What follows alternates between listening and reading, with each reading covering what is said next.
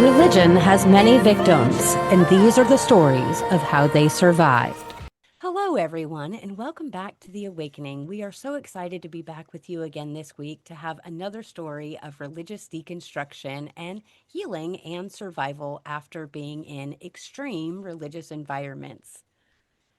Hi, I'm Tamara, aka Jezebel, and we would like to welcome Tyler to our podcast today. It's so much fun to be able to elevate the voices of those who have suffered at the hands of high controlled religions and are on their deconstructing journey. So again, thank you, Tyler, for being with us today. And I am really excited to invite Tyler into the show because Tyler and I actually go way back. He's actually a relic from my evangelical past. Tyler used to attend college with my nephew at MorningStar University. So I'm really excited to have him here with us this morning. Welcome in, Tyler. Yeah, thank you so much. And I do want to say up front, Morningstar was never an accredited college, which I think speaks broadly to what a lot of these evangelical institutions do. But they're not clear Yes. about that. Yes. And yeah, we could talk more about that, but I found that out actually trying to get financial aid for their theology program, and it Yeah, wasn't I available. the Bible college that I attended wasn't an accredited college either, so the degree that I got wasn't worth the paper it was written on, you know. But they And don't tell you that. They don't tell you that until you try and take that education out into the real world. Like because I was I going to paid ask. for it out of my own pocket, so I didn't use financial aid, so I would have had no way of knowing, right? And it really wasn't until I tried to take my credentials out there that I got laughed at. And I was like, what's so funny about that? I did the work. I went to college. No, you didn't go to an accredited college. You just It's went to the crazy. one that was promoted by the local Yes. churches. Yes, it was actually a Literally. college that was Uh, founded by my small evangelical church. And it hmm was not an accredited college, but they sold it like it was an authentic hmm Bible college. And we all paid hundreds, if not thousands of dollars to get, schooling through them. So, as we always do, Tyler, we ask people, what was your religious upbringing like? Were you raised evangelical? And what did that look like in practice? My religious upbringing was a little bit mixed. So I was raised by a single mother in West Virginia. My grandparents also lived in the same town. So with my mom, she had come out of this Baptist experience that was really bad. When she was pregnant with me, she told me stories about women in the church looking at her like she was going to try to steal their husbands, and Yeah. just the judgment and harm she faced. She didn't feel like being a Baptist was right for her. So she had actually sort of gotten into the charismatic side of Christianity before I was born. And so when I came along, my grandparents, devout Baptist, my mom, non-denominational, evangelical. I didn't know what evangelical meant at the time. It took me years to understand that concept. So I had kind of a mix of both. I would go with my grandparents on Sunday. We'd be singing hymns. Their pastor, a very well-spoken man that had gone to a divinity school in Florida, would say these very robust messages. And today we welcome you to, and it was fun. It was interesting. And as a kid, I really loved it. But at the same time, my mom and I were listening to K-Love, Air One, and I fell in love with a lot of the music that was around at that time. This would have been, late 90s, early 2000s. So the music itself was great. Um, and when I was a younger child, my mom and I had actually met this group in West Virginia that were doing like outreaches and sort of were starting a home church.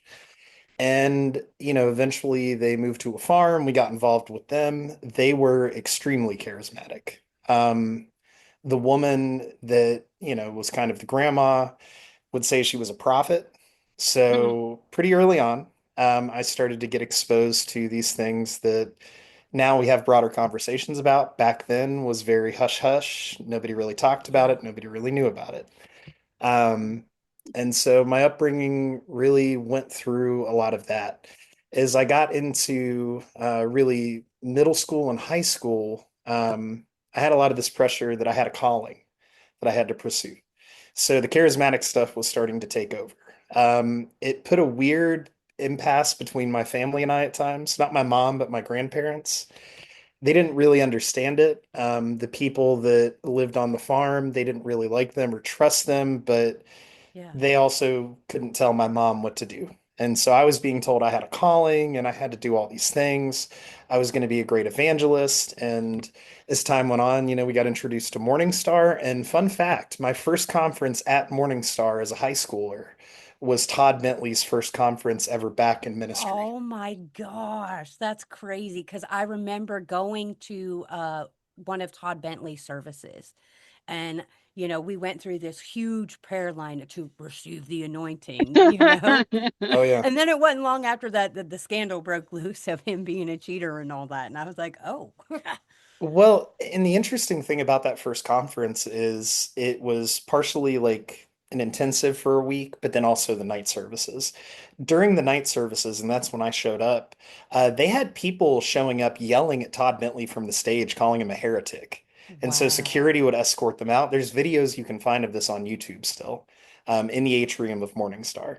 So, as time went on, I really was dedicated to the charismatic side of Christianity. I let go of the fundamentalist side. I did stay through high school in a Baptist youth group that I loved very much, but the youth pastor was just a wonderful person. The people in the youth group were nice. A lot of them were fundamentalist, homeschooled. So Yeah. I was much different than they were. Um, but as time went on, the people that, we were hanging out with that were more charismatic were kind of making us a little more isolated. I had an example of a friend that I met through the youth group that I got in trouble for having, essentially. He wasn't Yeah. following the Lord, so on. And to fast forward it, when I had turned 18, my mom and I were having issues. And the people that I would eventually move in with, that led me ultimately to Morningstar. I called them one day and they said, "How are you doing?" I said, "Not great. I just don't want to live here anymore." And they said, "You can move in with us." At the time, my 18-year-old brain was like, absolutely. Yep. 32-year-old now, it was a terrible idea. There were red Yeah. flags that started to abound from the start, but I Yeah. didn't know better. And so I disappeared one weekend from my family. They had no idea where I went. Wow. I gathered stuff that they had given my mom. I gathered my stuff. I got my graduation money from my grandpa, gave him a big hug, and then I left, gave them my phone for the weekend, and so my family had no idea where I went. Oh, wow. Did you hear me just say that? I said, "Oh Lord Jesus." Yeah. I mean, I still make those comments, right? But it's like just thinking about how difficult that is on both sides now, you know what I'm saying? Even if it all worked out for the good, right? The choices that we make when we're so young Yep. are so difficult sometimes to look back on and say, wow, you know, Yeah. But Well, it yeah. some also things. it's a good reminder of how Mhm. little we are prepared to critically Right. think, make safe decisions, recognize red flags or Mhm. harmful patterns of behavior, right? Like Right. I was horribly manipulated and abused by a narcissistic person in the church. And it's all because I didn't recognize the signs. I Mm-hmm. didn't recognize every single thing that this person was doing was to play on my emotions Mm-hmm. and on my heart because they knew that I was a very compassionate and empathetic person. But they used that against me. And if I would have known the signs ahead of time, I could have recognized how I was being manipulated in those moments, but I didn't have a clue. But then we have to think about it like this too. We would have had to have been able to have something to go by. We would have needed to have critical thinking skills. We would have needed to see another pattern of something Yeah. somewhere else. There was no way looking back as a, young girl in an apostolic Pentecostal church that I was even going to consider Yeah. packing and leaving or doing something like that. So there's like that extra step. It's like, oh, we'll just make that decision. We don't have the critical thinking skills. No, we don't. But we absolutely don't even know what we're doing when we're giving a critical thought. Yep. We We're like, don't. Well, what the hell is this? and I think at that point in my life with my age, Mm. we are raised to be very zealous without being Yep. told to be so. Yeah. So being zealous like I was, also stubborn, also with this idea that I had a calling, it logically followed that the best way to follow that calling was to essentially put myself in what I considered a spiritual intensive boot camp. Right. And the first year Yep. being out of my like family, being away from them, was one of the worst and most intensive years of my life. And it was hard for them. Again, now being 32, I better see their perspective on it. I've talked with my family to see how Yeah. they felt, what they made of the situation. My mom and I have pretty good discussions. We had one this week. There was so much misunderstanding there, but also, what do you do with somebody that wants to follow a religion so intensely while having the background knowledge of cults that have followed before, trying to make sense of it, trying to understand it? And you've got, in my case, your youngest grandson, and then my mom's case, your only son taking off. My mom had a different thing to deal with because if it wasn't for the family interacting with her, I would have never been in that situation. Yeah. And this is most of my middle school, not most of middle school, but like early grade school, a couple of year break in middle school, eighth grade, a fundamental year for me, running back into them. And then high school, Yeah. they were a huge part of my life. And so I was being indoctrinated Oh, constantly yeah. through high school, which made the Absolutely. decision to leave much easier. Yeah. And there's a part of us that when we don't go into those situations, it's like picking up my cross and I'm following God. Yeah. And it's as simple as that whenever it becomes to the zealot side of our brains. We're not going to be able to clock in or and attach to a critical mind think or put ourselves in different positions to look at other views on what's happening. Yeah. We honestly feel that we are being persecuted for the love of God, and that is what we Absolutely. do. Oh, You know, gosh, we're yes. we're taught, that God suffered the stripes being on his back. That's why you see people with, the whips beating their back, because we honestly felt like if we weren't suffering the way Jesus did when he died, there must Yeah. be something wrong with our faith. Yeah.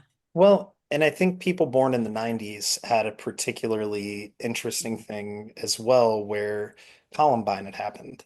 Yeah. Yes. And that prepped the Christian mind for persecution. A narrative was spun around Columbine Yes, it that was. wasn't right. It took away from the victims and the victims' families, Yeah. but it became, the call to youth groups across the country. If you Yes. aren't willing to lay down your life for your faith, then Yes. you are not serious about that faith. Yep. Look at the people that suffered, and we've taken away the story altogether from those who actually Oh, yeah. suffered. We've It made it Absolutely. wasn't about the us. wasn't the coach or one of the teachers that died was a Christian, and that became a big Yes. deal Yes. because he Yes. put his life on the line, and it was like, oh, he's such it Yeah. became like this huge And story within itself. And I guarantee, just a thought, he wasn't even thinking a Christian thought when he jumped in front of them babies. no, he wasn't. Like, I Yeah, guarantee you, like, he was just thinking, I'm going to protect these kids, you know? right. And I feel the same way, like, because they had even started the rumor that one of the shooters had, asked one of the children, deny God or I'm going to kill you. And that's was how that rumor got started. So it did. It completely distracted from the horror that had happened. And again, Christians don't blame people that do evil things. They blame the devil. And Yes. every time they blame the devil, they remove accountability from the people that are actually doing harm. Or they will say, not all Christians. A real Christian would never molest a child. Well, honey, he was preaching every Sunday for the past 30 years. He And would. funny, He the day absolutely would. before the story came out, you were telling me he was a real Christian. Yes. Know what I'm saying? Mhm. Yeah. He didn't become And a he was not such a real Christian righteous man until of it became God. too big to Yeah. own Mhm. him. So Well, what led you from leaving your parents' house to Morningstar then? well, when I was still living with my mom, we had gone to that conference. I had experienced Morningstar for the first time. I still have Facebook memories that show up that are like, excited to go to Morningstar. Oh Like, yeah. it was a whole Tyler played thing. bass, so he would be up there on the stage. I Yeah. did, and what Nice. what got me to Morningstar was I had gone to that conference and I had read The Final Call, The Quest. Yes. The whole Rick Joyner like intro series to get you really into Rick Joyner. Yes. And Yes. so I at the time felt like Morningstar was the right move for me. I felt, if I'm going to do this calling, I don't know Yes. what it looks like. I also had gone to another conference and Cindy Jacobs was there. And you still might be able to find a video of this, but she pulled me up in front of everybody and said, "You will have a church the gates of hell won't overcome." Oh, And wow. so I'm like in that moment holding this burden of I've got to do this calling. The best way to do Yes. it would be Morningstar. Bethel was not in my headspace.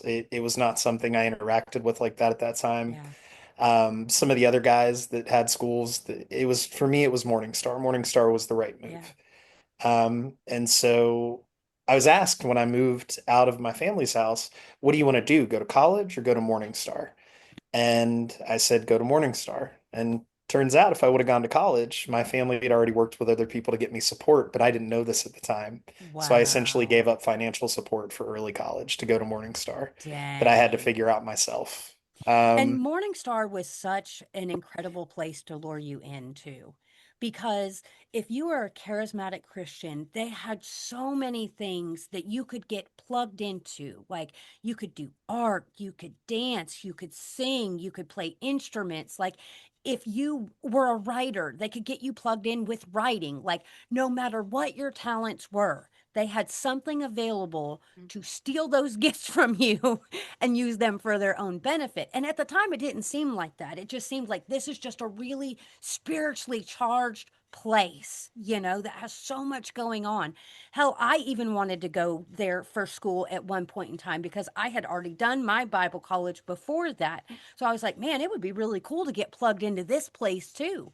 But by the time I got done checking into it, I was like, they're not accredited either. So I was like, no, well, I'm not doing that. and the thing about Morningstar University is they put on a great show when you go to the conferences. When you go for your Yes. first week, at the time that I was there, because they've changed the school structure completely. But, my first week at Morningstar, they did what was called boot camp. Boot camp was fun. Boot camp was going on different adventures, listening to different speakers, not really getting into the class stuff yet. And then it was second week, you're in it. Um, at that time, I was living off $200 a month that I was being sent, and I didn't have a lot of money to do much. So when it came to things like groceries, we would buy what we could, but there Yeah. was a particular family that would take care of food for us. As far as the classes, we would be around these different speakers that we loved, people like Justin Perry, I think John Paul. No, it was Paul Keith Davis that had actually spoken to our class my first year. And it all culminates to what's called the Amazing Faith Race, which happens in Charlotte. But throughout the course of the year, you're really in a bubble with people. You're staying at a bunkhouse with people you're going to school with, you're going to the conferences. They would put us on prophetic teams. I remember wanting to do it so bad. I would spend 6 hours on a Saturday being on prophetic teams. They would have us doing things like, the Ministry of Helps. I think this happened our second year. We actually went to Julie Joyner and Rick Joyner's house and cleaned it as a part Wow. of our like faith race intensive. That was That's part of the crazy. Seven Mountain Mandate, getting in with the family. Um, you know, Fun fact about Morningstar, the campus, Julie Joyner stored crap in one of the conference rooms that would be blocked off. Oh my And so they gosh. would get like students and people that needed money or food to come help. A lot of the times the students would volunteer for conferences because we'd get a meal out of it. Yeah. But we also had a work study program. And one of my friends added up the hours we were working comparatively to what it would look like towards the tuition. We were making less than minimum wage in Oh, the work yeah. study program. Absolutely. Absolutely. That was basically slave labor. And they had you guys doing all kinds of things around there. Like, it was crazy. Yeah, and really our mission was to continue to sell it to people because Yes. Morningstar was not just a ministry, it was a lifestyle of existing. Yes. They had a retirement community component. They had the apartment community component. They were selling that tower that is getting torn Hmm. down, by the way. This Oh, it is recently getting came torn out. down? They're Oh, finally going to really? tear it down. This Wow. York County finally got what they wanted. Well, that's good. Um, they were selling that tower as like a retirement community where people Yeah. could come and live out their best years on Heritage International. Yeah. And it was a lie. It The was a tower lie. wasn't going to be fixed. No. And it has sat there like for years, years and years and years, just vacant. This big old tower that they built, like they never finished it. They never did what they said that they were going to do with it. They don't follow through on a lot of the things they say. No, I mean, we have a MAGA pastor here. Actually, the CCYNs, they've had a church trying to be built for 20 years. Yeah. And the city finally came in and said, jigs up, because they were Yeah. supposed to. It's in the inner city. They're supposed to, and I apologize if it's not CC Winans but I'm pretty positive it is. But the land around it, they were promising growth. They were promising to take care of the neighborhoods. They were promising to remove the blight, to remove the homeless, to make sure they made a staple in the neighborhood. And it is a huge Yeah. tabernacle. That's It's still crazy. not. It's still not occupied. That's wild. You're like, well, we're Well, just waiting for God. We're praying for God. Well, we know what you're doing. You're robbing Peter to pay Paul, and then you're Yeah. robbing Paul to go back to pay Peter, and you don't really have the money to finance a church building that costs $500 million Yeah. in the middle of Detroit City. I don't Yep. know how much it is. I'm exaggerating. But you know what I'm saying? It's like, but people go there and they give their money and they won't pay for their meds. Yeah. And they'll give it to that pastor, and 20 years have gone by. No church completed. Absolutely. So I got to ask you, Tyler, since you were, volunteering and on all these ministry teams and stuff, what kind of tea did you see behind the scenes at Morningstar? I think my favorite thing is to talk about the Knights of Malta when I think about this question. The Knights of Malta was an organization that was like a club that ministers would join. It has connections back to Catholics, and it's a whole thing. You can actively find this information. It's not a secret. It's not a conspiracy. It's there. But they had a conference at Morningstar, and I ended up working that. So that was how I learned to open a bottle of wine and set them out on the table for the Knights of Malta. That was where I learned the whiskeys that Rick Joyner and Jerry Boykin would drink, along with other leaders, because I was serving them their whiskeys and cokes, whatever. And I learned what kind of cigars they liked because they had a cigar person on site, so they could all go smoke cigars after. Um, one of the New Year's Eve conferences, the worship team went to go party right after, and they would do this. Yeah. And I went out for beers when I played for Todd Bentley at one point in my life. We would all go out for beers after and drink shots and do as much as we wanted to do. That's crazy. See, and Yeah. this is the They don't part do that gets me though. holiness.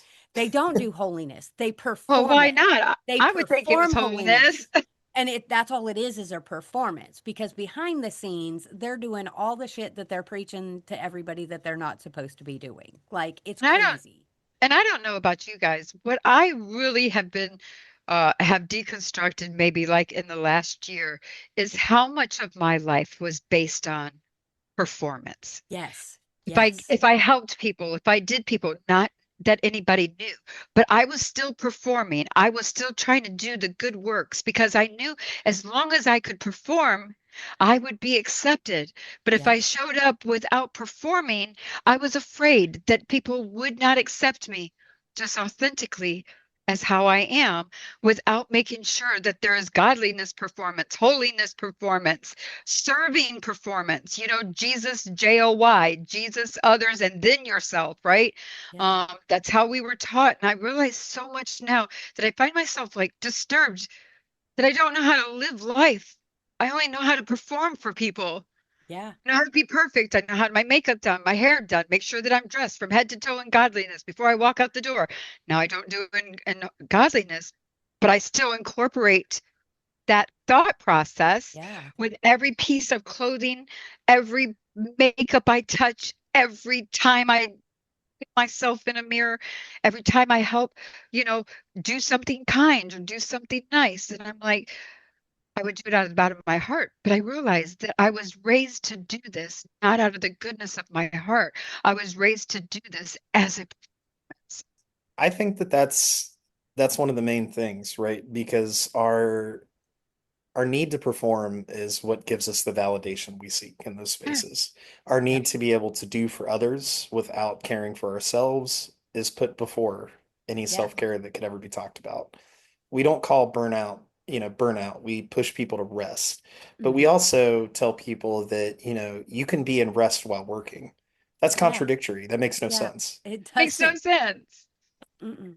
How do we actually find rest if we're never giving people time to breathe, time to stop Exactly. and not You do anything? can't. So what led you to deconstruction, Tyler? Ironically, Morningstar had a hand in that. And not in the way that you might think. So when I when I had finished MSU for the second year, I really wanted to go to a third year, but I had to pay off the second year. I also owed for my housing because I didn't have a job that could pay my rent each month. Luckily, the person that was over the property was willing to work with us to pay it back over time. And that was one of the things, you want to. So second year was out of reach, and I had a terrible year. This was 2015. I felt lost. I felt like I had just gone through all this, and now what am I going to do? Um, I was going through spiritual abuse at the time and mental and emotional abuse, and it was like I was living at a place where I would be told, "You're not reading the Bible," when I was reading the Bible every morning. I was living at a place where I was told, "You shouldn't listen to secular music because you don't know what kind of demons the door is going to open up to." Yeah. Um, it was constant beat down. It was constant, just being told like you're not doing the right things You're and not doing always God having to be right. on my Yep. toes, never knowing, if I was going to get in trouble for something random or not. Um, and so 2015, I get a call from somebody I went to Morningstar with saying, we need a bassist at Morningstar in Wilmington. And my first question was, is it paid? And they said no. And I said, I can't do it. So a year later, I call and, hey, is this thing still available? Because at this point, I don't care about the payment. I'm ready to move. I got to go. And they said, yeah.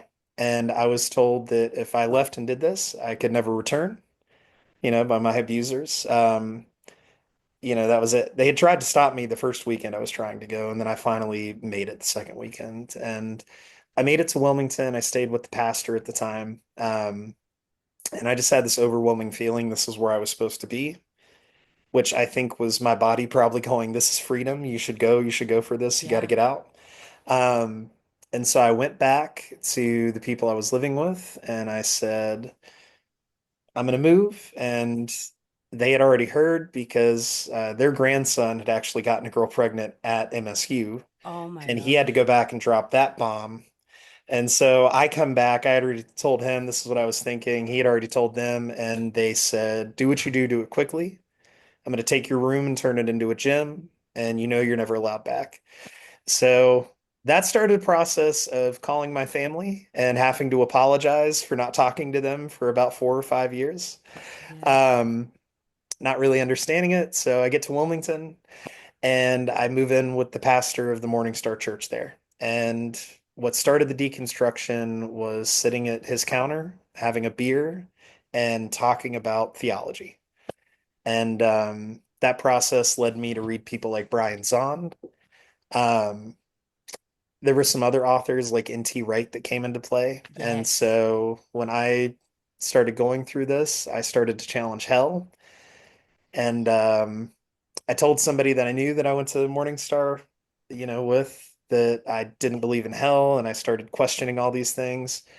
Well, they told that to their aunt, who ended up going back to the main Morningstar ministry, who then came back to the pastor I was talking to, and then there was an inquisition essentially Yeah. to his ministry. And honestly, it was sad to watch. But that's how I started deconstructing, and it made Yeah. me more disillusioned. And the last thing I ever felt like I heard from God, which I look back now and I think this was my heart, was when the pastor that I had worked with left. I prayed and said, God, should I stay here? And what came to my mind was you can either go back to where you were or you can continue to learn to love. And I Ooh, said, I want to continue to learn love to that. love. Yep. I don't think that was God. I think that was just my heart had Yeah. changed at that point, and I Yes. knew I was faced with a dilemma Yeah. on what to do. Yeah. It's really hard for us to undo those secular. Heather and I talk about it all the time. There's a part of us that maybe not with our face and our body language, but when something happens, it'll say, okay, I need a sign. Yep. Yeah. Okay, I need to know. give me something. Yep. And then I always have to correct that thought process and say, I have the power within me to make an honest choice of the things that I want to do. And I Yeah. have to actually say verses or say little cliches out loud to counteract Yeah. Because, like, that when, thought that I'm looking yeah. for something to tell me I'm doing the right thing. Yep. Hmm. When I first deconstructed, like I would tell everybody, I left the church because I followed Jesus out the door because I was Right. in pursuit of loving people well. That's all I've ever wanted to do is just love Yeah. the hell out of people that was put there by somebody else. Now, I don't say that anymore because I don't believe that anymore, but that's what I believed at that time, right? And I can be honest with myself about that and I can be honest about what it is that I did believe back then. And a lot like you, like I was so disillusioned by so many things. And I started reading. I did the same thing you did. Like I started reading books. I started educating myself because like I had already been to college, right? I thought I'd already known all this stuff. But oh Yeah. no, I didn't. I found out I didn't know shit. That's what I found Yeah. out. I found out that the majority of the Christians that have been teaching me for the 36 years I was in religious spaces, every single one of them lied to my face because they didn't know shit either. And I don't And they blame can't, them because somebody else taught that to them, right? but They they are just can't a, say, I don't know. yeah, they It's can't. impossible for them to say, Lot, Noah's Ark, Lot and his wife, Adam and Eve. I mean, we can go down all the scriptures and say, is this true? And I remember them saying, well, if you don't have faith, just take it to the Yep. altar and pray. God will, miraculously give you a revelation of understanding regarding the questions that you have. Yeah. And I would go down that altar and I would lay out my questions, in my prayers and stuff on. I was like, but God, what about this? And what Yeah. about that? And I'm not meaning to doubt you, but this doesn't sound right. And there were even Well, things that were left out. Like when I was Oh, in the church, I never totally. got told the story about God commanding men to marry the woman that they raped. I never knew about that story. I never knew that there was a scripture in the Bible that said that parents are supposed to take their disobedient children to the center of town and stone them to death. I didn't know that. I didn't know that chattel slavery was what was actually happening in the Old Testament. Like, and I feel still mad about that, that I was Yeah. lied about those things. But I was taught to be so afraid that I had crippling anxiety and panic attacks. Like, I have PTSD from this stuff. And I'm like, y'all suck. Yeah. How about Cain and Abel? How about knowing people say this, and I don't know who I heard it from, but this is really good. People say, "Oh, the world's so corrupt now. If back in those days it was so much better." And then I was like, "Yeah, but think of this. There was four people on earth. One brother murdered the other brother, so one third of the people on this earth We're horrible. were horrible well, people." and it makes it worse when you start to actually think about it because you realize, for instance, all right, we have Adam and Eve at the beginning. Right? For them to populate the world, for enough genetic diversity to exist, so you don't have things like the Habsburg jaw, you don't have Yeah. things that happen from interfamily breeding, Hmm. you have to have at least 10,000 people for it to Yeah. make sense. You look at things like Noah's Ark and you study it, there's been no archaeological evidence for this. Yeah. Exodus, Jewish scholars agree that Exodus didn't happen. Yep. But there can still be value in a story, but when you actually get into the story, what value do I find? I I've been told God doesn't change, yet he changes his mind constantly.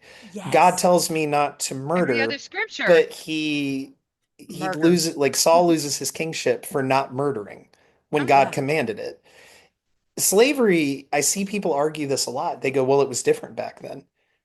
And I say, does it matter? Because owning a person is wrong. It always has been wrong. It should always be Yes. wrong. Well, but they were this way to them. And it's like, it doesn't really matter how you treat a person you own, you still own them. Yep. That's the problem. Owning a person is not Right. good. It's never been Yeah. good. It's wrong. And it's And let's wild say, to listen how they'll twist themselves in knots to justify the things that we feel are morally apprehensible. Like, why are you justifying the complete evil of this? I will never understand it. like, I was never taught in the Bible, and I thought I read the Bible all the time, right? But when Cain did what he did, and I think it's like in the first or second, maybe third chapter of Genesis, looks at God and says, please don't send me to the other cities. I was dumbfounded because my whole life, up until like 4 months ago, I thought the Garden of Eden was the only place that occupied humans. Yeah. That's impossible. The Bible clearly states. So when I ask Christians, explain this to me, because it wasn't explained to me in my high No, we controlled were taught, religion. yeah, we were taught that Adam and Eve were the only people on earth. But at the same time, when Cain went out, there were other people out there. He Like he begged found God. himself a wife, right? Like And you he don't begged find God, yourself a please don't wife when send there's me to nobody those there. cities. Yeah. It's Well, and I guess the other thing about it too is, that statement the Bible clearly says. yeah, The Bible Right. never clearly It says, says anything. nothing. deconstruction for me was learning about the historical and cultural Yes. side of the Bible, Right. understanding the different philosophical ideas that show up in the New Testament from the Greeks, Yes. understanding that a lot of the Old Testament was propaganda towards Yes. Yeah. hated nations. Like Absolutely. Christians love to say, okay, there's a salt pillar, and that's Lot's wife. But the Yes. region itself produces salt pillars. It's not spiritual, it's just a part of existence of that region. Yeah. Right. We don't have to Right. spiritualize it. No, we don't. And they And ha why are you spiritualizing a woman being turned into salt anyhow? There's nothing. And then we're literally saying the man that was saved is the one that goes and sleeps with his daughters. Like and and they have you aren't names. convincing me that his daughters got him so drunk he didn't know what he was doing because we all know that if a man is too drunk, the thing don't even work. It just the logic don't work there. It doesn't work. For everything that we've been taught. Can we please give these women names? Yeah, right? Why is it so difficult for Christians to understand that every female in that Bible is a transaction for the men of the story? Because they're Just not taught that. just give them a name. And if you can't understand that how demoralizing and Yeah. dismissive that is to women who have names, and then the women who were named were absolutely 100% a transaction. Yes, absolutely. So, where are you at now on your journey, Tyler? Um, my journey culminated with a lot of things that led me to where I am now. I'd like to give a shout out to therapy, seek it out Yes, because therapy. We that always was talk about that helpful. every week. We are Can both I in therapy. I have a therapist. Thank you, therapist. can I please say this? This is National Men's Mental Health Month. Yes. Absolutely tired. So important for men to know that they should not deconstruct from high controlled religions without doing the work with a therapist. But go ahead, Yes. tell us, please. Yeah. So I guess where it's all culminated now, I lean more agnostic. I mean, I'm a social worker. I went back to college. I got a master's in social work. I, Yay. got 3 degrees. I've written grants that have totaled up to over $1 million to go towards Oh, community-based organizations. so look at this. Tyler's out here doing the work of Jesus. Yeah, Yeah, he but all is. of that, wanting to be a social worker came from wanting to help community because the thing that Yep. never Yes. left me was the want to help others. And, Yep. Yes.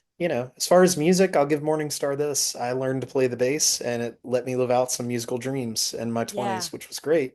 But yeah, I lean more agnostic now and I'm okay with it. I'm okay with not knowing. And I think that's one of the best places you can find is being okay with the mystery of it.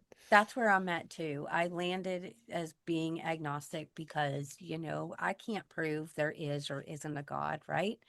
But I can prove that love is real. And I can prove that the fruit of love is the most beautiful thing you'll ever experience and participate in. So I want to focus my life on that, and obviously helping people heal, giving them a place where they can share their stories because so many of us have been harmed in these places. And Morningstar's still out there running, right? They're still in existence. They're still harming more people, and that's why it's important that we have these conversations because Right. it's time that those skeletons come out of the closet. Well, Um, and I think it's important to give a special plug to people that have been trying to expose this for what it is. mhm. They're still Christians, but I can appreciate the work they're doing. Mike Winger. Yeah. as a prime example of exposing the grifters for the grifters and the grift. Yeah. Julie Roys with the Roys Report has been integral in showing the issues across the spectrum when it Yeah. comes to evangelicalism and calling it out. I shout them out because watching them in the last, few months now do what they've done, and Julie Roys since last year. Oh, Julie yeah. Roys put out the report about Morningstar. It's why Yeah. we know what we know now. Yep. She has put out reports on so many things, and Mike Winger has done the deep dives into Yeah. people like Sean Bowles, Bethel, Yes. Morningstar. It's there. So those are good sources to support because Christian or not, they're doing good work and actually calling it out. Absolutely, absolutely. And Julie Roys has been such a fundamental person for us. Like we've even shared some of her stories on our show because she covers so many of the scandals that churches like to Mhm. hide, you know. She actually Right. had just recently posted an article about Sean Foyt because somebody brought a lawsuit against him because somebody gave him a $250,000 donation that was supposed to be used for a specific cause. And apparently, Sean had used that for his own personal whatever. So, the donor is mad and they are demanding justice for, these misappropriated funds, basically. And I really hope that there's some discovery that comes out in court because Sean is begging him to drop the lawsuit because if they go to court, he's going to have to disclose his Hmm. financial records. And he does not want to do that because he hasn't been honest about his financial records for the past 2 years. He Yep. Because doesn't want mostly to they do that. use these churches as their personal bank accounts. Yes, absolutely. I mean, Absolutely. it's like however I need to use it, that's how I use it because it's going to God's work. Yeah, and there's so many people out there that are exposing these people in so many different ways. There's even an account on Instagram. I think it's called Preachers and Sneakers. And they And prophets expose, and watches. yes, they Yeah. they expose all these Yeah. mega church pastors that are wearing their, $5,000 shoes and, Rolex watches because that is the very definition of grifting, okay? When you're Yes. wearing a watch that literally could buy a home for somebody, Mhm. you're not doing the Lord's work. You're not. I'm sorry. You're never going to convince me. When you're a Jesse Duplantis that sits there on a stage and brags about how much money you have, how many possessions you have in your home, how you own one of the biggest mansions in your state, and then you're sitting there grifting to try to get money for a private jet that's even bigger than the other one that you already own. Like, And the it's elderly insane. people in his congregation are giving the money to him because they feel Yes. it's God's work and Yes. refusing and going without their personal Absolutely. medications. Yep. It is absolutely disgusting. I was a part of a MAGA church. When you go to that MAGA church and they could pick up a Yeah. dollar a piece and help the individuals out. But Yeah. instead, they have armed guards. Oh, They yeah. lock the doors. They make sure they walk down the bodybuilders down the church and pass that offering praying. And that all goes to a Royce. That Oh, all yeah. goes to a Porsche. That all goes to a private jet. And you're supposed to say, well, do you have Yep. $50? I don't have any food. I just got into a Yeah. house fire. You don't give enough tithes. You And don't give then enough offerings. Yeah, and then What they the will hell turn is around church and for you? tell you that if you give more, then God's going to bless you like he's blessed them. And it's like, no, because I don't have all these No. people giving me money like you do, right? Right. That's not going to Right. happen. But that's why they keep giving because, like Jesse Duplantis, he's such a good storyteller. He has made up Yeah. so many stories that he could tell. And that's why my husband and I listen to him. Like, he literally told this story one time about how he was praying in his car and God literally transported him from one location to another, And like has no magically. idea. Yes, no You idea how. guys, I I belong to believe that Rhema story. churches, Like, I to the Rhema believed it. ministries. And now I look back on that and I'm like, you're such an idiot. Like, how could you believe that was true? But But it's because see, I believed every single one of these pastors and all the miracles that they would talk about. But I never saw a miracle. I well, never He would come to experienced a Detroit. miracle. He would come to Detroit, uh, Copeland, Duplantis, their Yep. wives do the women conferences, Bishop Butler. I was right there with all of it. And I promise you, Jesse Duplantis back then was like one of my favorite storytellers. I would go Yeah. just listen to him tell the story Yep. because he has such a way of presenting himself. Yes. Now I look back and I'm like, He was a Remember him great doing in his performer, wasn't voice. he? He was such a Oh, great performer. oh man. And in person, he is so personable. Mm-hmm. His wife is so personable. Copeland's wife is just, bless your heart, just the sweetest thing, and gives their women's conferences, and you leave there thinking that you are anointed by God and Yep. Yeah. emptying every dime out of your pocket, and you're a single mom and don't have And it's crazy peanut butter because, and jelly in your closet, and they'll in sit your there and tell shelves. you every single one in that room is the chosen one. Oh We yeah. were all chosen. And when you think I back on that, it doesn't make sense. Not everybody no, is going to be the I chosen actually one. I have a funny story about this. So our first year at Morningstar, Bob Jones was still alive. Yeah. Just quick plug for people listening. Bob Jones was an esteemed prophet in the Charismatic movement, part of the New Apostolic Reformation. He also had a bad history. You can look into Bob Jones. There's some not great stuff there. Yeah. But the big thing they would do for the students is the first year, they would bring Bob Jones in. He would sit in a chair. You would all line up, go get your prophetic word from Bob Jones. So I walked up and, I get on my knees and I hold out my hands, and Bob Jones goes, "You've got the healing balm of Gilead in your hands." Right. And then, I'm like tearing up. I'm all excited. I was talking to a friend of mine after, and we've talked about this for years since. He told me the same thing. Like, what? No, he told everybody that. Everybody got told the same thing. And everybody walked away thinking they had a Man. prophetic word from Yes. God. Oh, Yes. but the thing is, it was Bob Jones. So when Yeah. Bob Jones passed away, they had his funeral. We were there. They had to guard the Yeah. casket because people would try to walk up and get the anointing. It Yeah. was a whole thing. Like, it was weird. Yes. And I look back at a lot of it to the point of believing the miracles. We're Yeah. conditioned to. We just think we're Yes. not doing them because we're not at that level yet. We're not like the man on Yes. the stage Right. yet, but we will Yes. be. So it's easy to Yes. believe because you think you're going to be able to do it. Hmm. Yes. And they're silly. Bethel healing, like praying for that little girl that passed away, like Oh, it making was it a whole so thing about we're sick. gonna raise the Yes. It was dead. so sick. That That was was a so sick. disgusting exploitation of a Yes. grieving family. Yes, it was. They would tell us, we'll pray and see if you can walk on water. Like, go to these grave sites and spiritually map. And meanwhile, Benny Johnson's laying on grave sites trying to get the anointing and doing Yeah. grave sucking. It's weird. Like I It's so remember we weird. had a special person that came to our church one time, got us all hyped up. I can remember going to the top of the water tower in my town to pray with a friend so we could pray away the spirits of witchcraft that were taking over our city. Like, and I think back So on that, many I'm like, witches. you climbed to the top of a mountain to do what? You Yeah. were doing the witchcraft, you weirdo. Well, and it's because we thought there were Right. witches everywhere. Have you thought about how Yes. many witches Everywhere. you thought were around the corner Yes. at every moment? Like, we got to At about fight the 3 o'clock. But you witches. know what? I Were never you knew guys a witch. I never knew a witch until I left the church. And when I met her, there was one Right. in our town, okay? And there was a lot of lore behind her. She was the kindest woman I'd ever met. The spirit that she brought was, I've never encountered a person that carried what she did. It made me more intrigued and fascinated by her. I wanted to spend more time with her because she had such a crazy cool outlook on life that I had never experienced before. And I was like, man, witches might be kind of cool.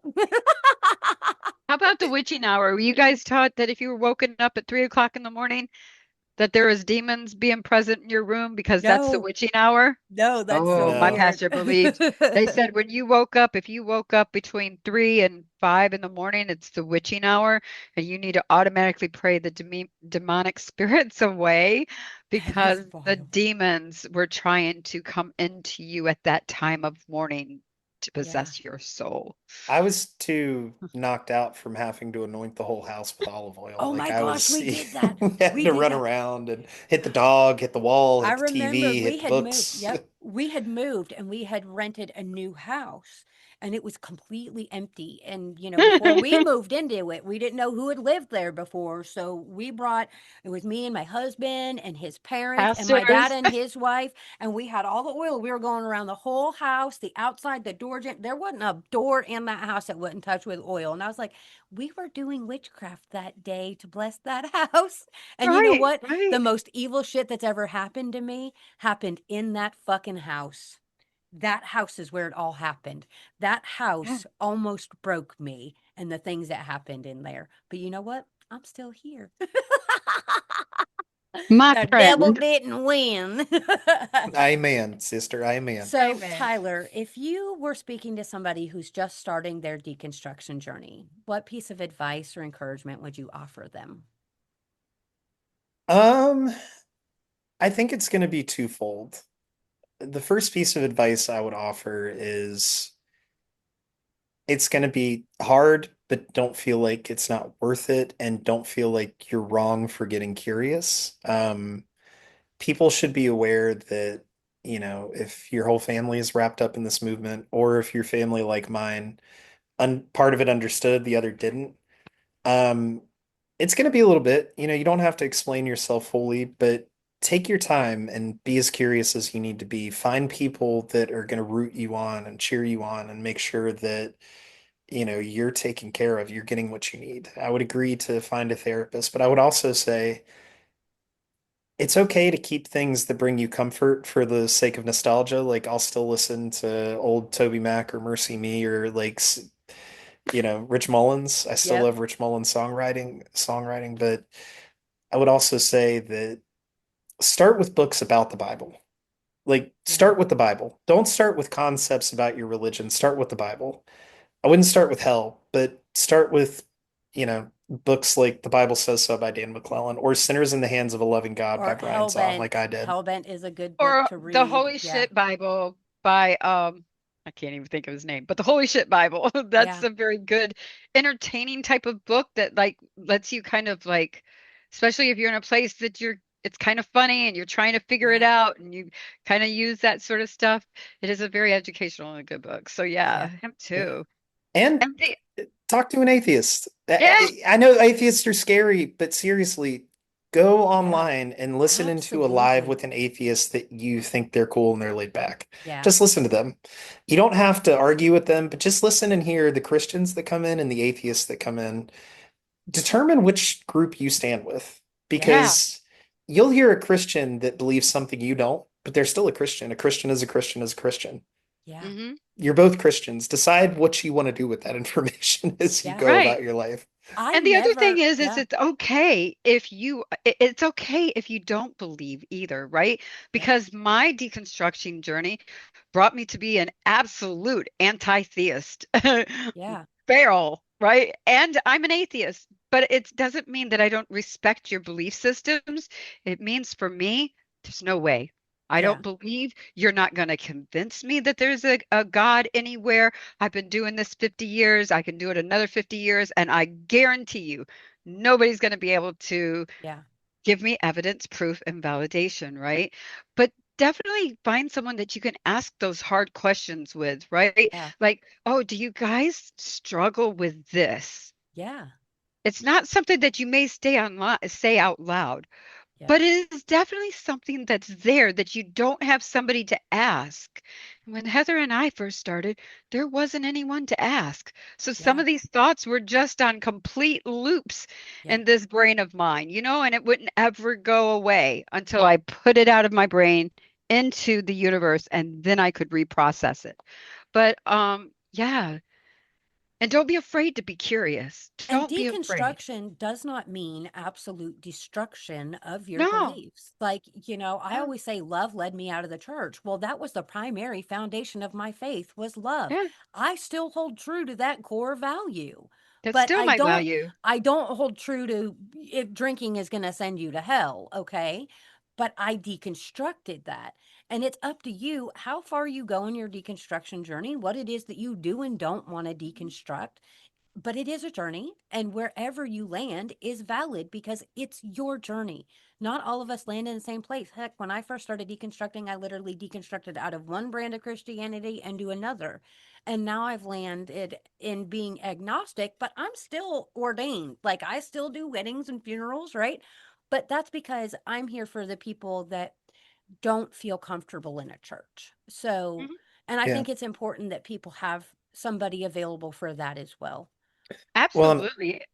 And it is a constant balance, right? Because I realize that there's a lot of church words that I still have incorporated into my life. And I'm like, have to stop myself. It's like, no, that's not a belief. Uh, That's a choice. No, that's not grace.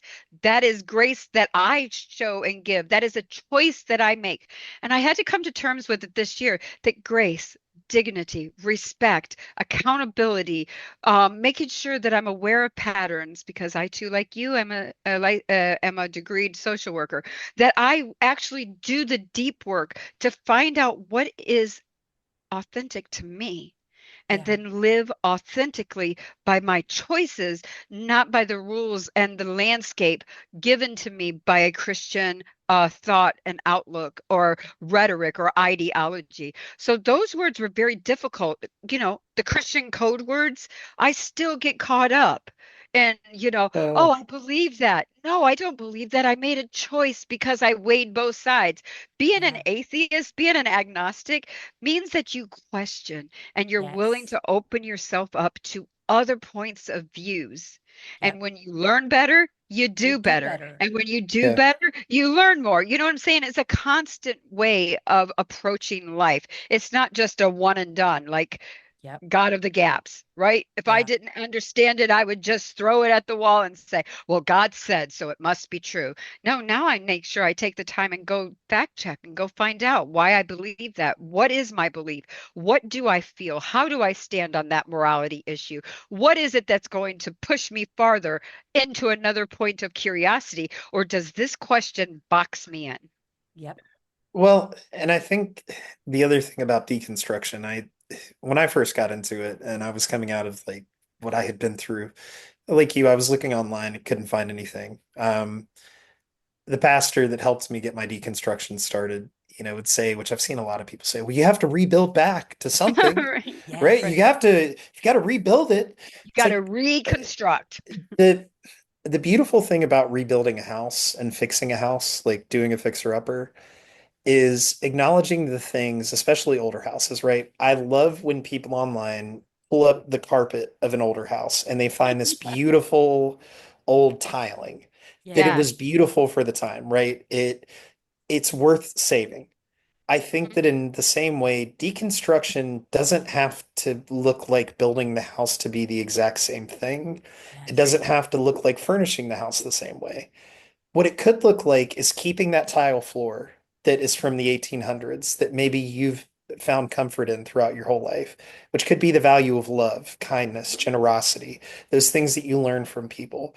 But it's also looking like deciding not to hang up a cross because that doesn't suit you anymore. That doesn't serve Yes. Right. you. What does Yeah. is maybe a picture of Obi-Wan Kenobi as a Yeah. joke to mess with people. Maybe what suits you is putting up the pride flag because you found Yeah. that you are queer and that's okay. Or you found that you just want to better support people. Maybe Yeah. it's creating a table where you've created walls in the past. Maybe Mhm. it's opening up walls to create a dining space so you can have community with people that's genuine, where in the past you kept it to a confined room. I love that. We as humans have the greatest ability to change and choose to do Yes. so. Yes. And that's why this is such a beautiful journey anybody can take. And Yeah. it's worth it, but don't let people that tell you you're not a true Christian or you never were stop you from continuing it. Yep. Because the amount of times I hear that on the internet, you were never a true Christian. I'm like, Yes. oh, if you only knew Right. me. Exactly. Like I was raised on the front pew of my daddy's church. I gave my heart to the Lord at 5. Like you don't get more Christian than that, I got right? Like, baptized like you know? twice. Like, what do Oh you yeah. mean? I I was baptized more than twice. They called me, The I was one of baptism the prayer Olympics. warriors. I was the one who went into church to do the prayers if somebody needed praying for. I lived it, talked it, breathed it, walked it, believed it, and wanted to stay. If one person in that church would have reached out their hand to me and shown me God's love and reached out and shown me God's kindness, my journey would look different today. Yeah. Well, let me But I ask you don't all. regret my journey.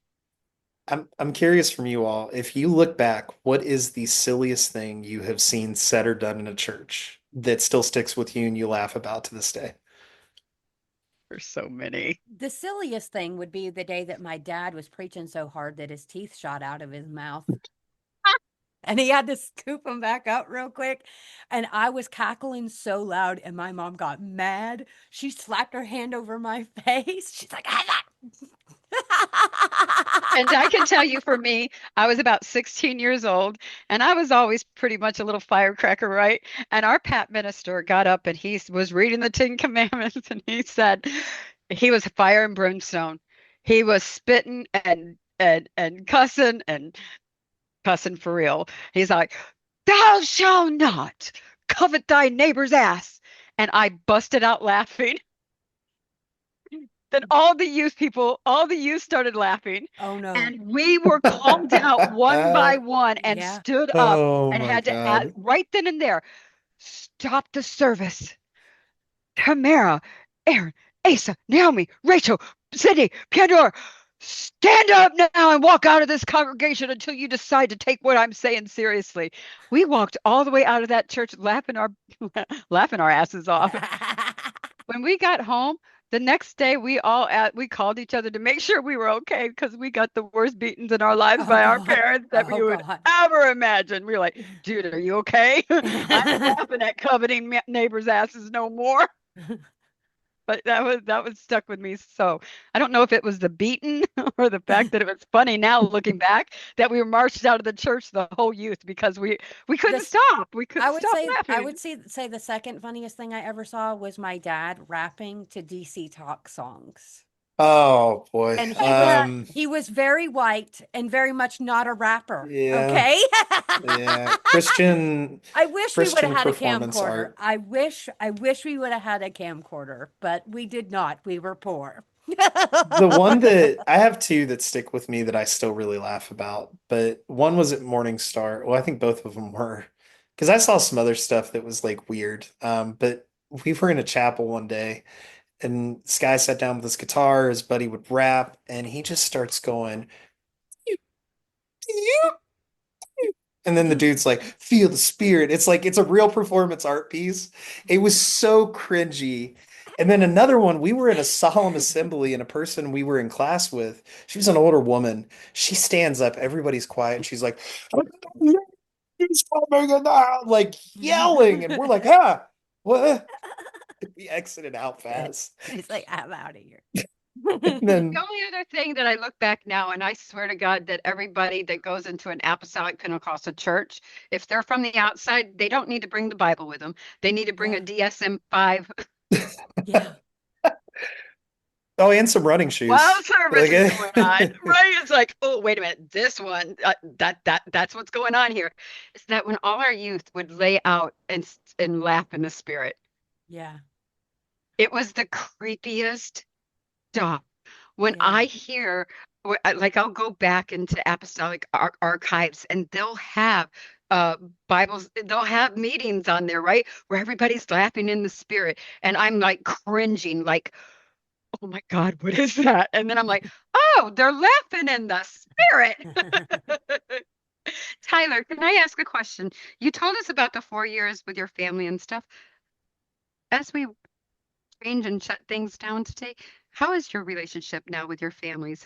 With your family, and how have you been able to recover? Because I hear a lot of individuals that say when they left, they were so angry and burnt so many bridges, and now that they're in their 40s and stuff, that they've gone back and made amends and say, I didn't have to be so harsh. I didn't have to be so blatant, but I was so upset because everything I was taught was a lie. But it took them time to repair those relationships with people that they didn't want to lose in their lives. So can you touch on that? yeah. Is that good? Um, I want to preface this by saying my family are wonderful. They're loving. My grandparents have done a lot in their community. But when I had first come back around my family, I had tried to see my mom early on when I separated and then was told it was that you had a ring of witchcraft around your head, like there's a black band. There was a lot. So talking to my family at the time was great. But as I realized I was going to go to Wilmington and I was told, you have to leave, do what you do, do it quickly. I had talked with my grandparents, and one of the first things is I went over to their house, and my grandpa helped pay for my car brakes, and I spent time with them for the day, and that's all they wanted.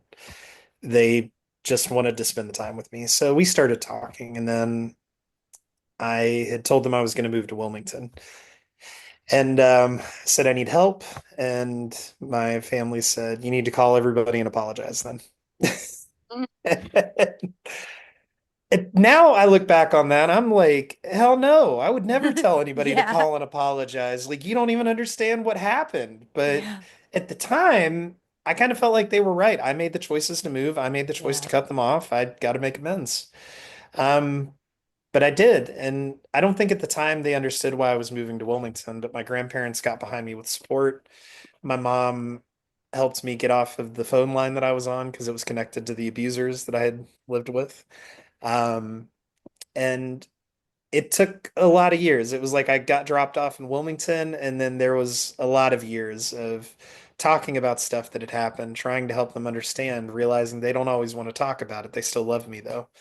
I had one relative that we just finally started having a good relationship after, how long did it take? It was almost 8 years from when I had moved to Wilmington and left it all behind. It took about 8 years.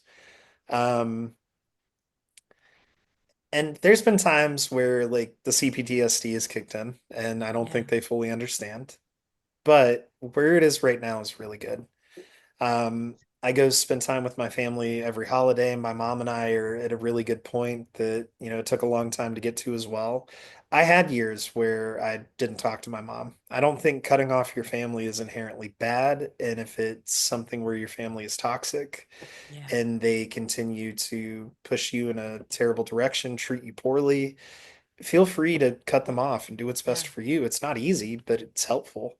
For me, I needed space away from my mom because I did the thing that I think a lot of people do. Your parent apologizes and you go, it's okay, but it's not really okay. Yes. Yeah. Um, so I had to work through my own anger at my mom and a lot of it. And the other day we had a great conversation about what she was feeling at the time, what I was feeling at the time. I told her I better understand it now that I'm older. I Yeah. work with families, I see it. So it's going a lot better now. It just took a long time to get here. Well, And they don't, I talked to them. I found out my grandma, she still goes to her Baptist church. I've been telling her about Julie Roy's, and she's like, I brought it up to my pastor, and now we're talking about the music that we shouldn't listen to. And my ooh, grandma's on a crusade to change the music in her Baptist church, and I'm like, I don't think yeah. that's the message I was trying to put your direction, but do you, Grandma? Love you. Well, I Gotta love love those that. older people Yeah. that, this like the devil, and we need to bring back the old rugged cross. Yep. That's We it. were in a church like that. I promise you, they brought my husband in as a worship leader and he started singing some contemporary songs, and the old people were not okay with it. So he could sing No. one contemporary song, but the rest of them had to be from the Redback hymnal. It was so Right. atrocious. Turn to page 142. It wasn't for the old rugged cross. Some guys. Well, Tyler, we are so grateful that you decided to sit down with us and share your story with us today. If you ever want to come back and hang out with us again, we would absolutely love to have you here. It has been, a fun time with you, and it's been great to see you again, honestly. Yeah, And seriously. to anybody who's listening, if you enjoyed this episode, please hit that like and subscribe button so you never miss an episode. We'll put out a new episode every single week on Wednesday. Over here, we are healing loudly from religious trauma and abuse, one story at a time. And if you ever want to share your story on our show, just shoot us a message at theawakeningpod@gmail.com. Thank Thank you you. for being with us today. It is so awesome to elevate voices, especially men in our community who have deconstructed or are still in the process, especially one that's in the mental health field and truly understands the struggles that we go through with the deconstructing and trying to find a path of survival on the other side of what we've gone through. So thank you so much for your time today. Yeah, Thank thank you you. both. It was wonderful. I appreciate it. Have a wonderful day. You too. You too.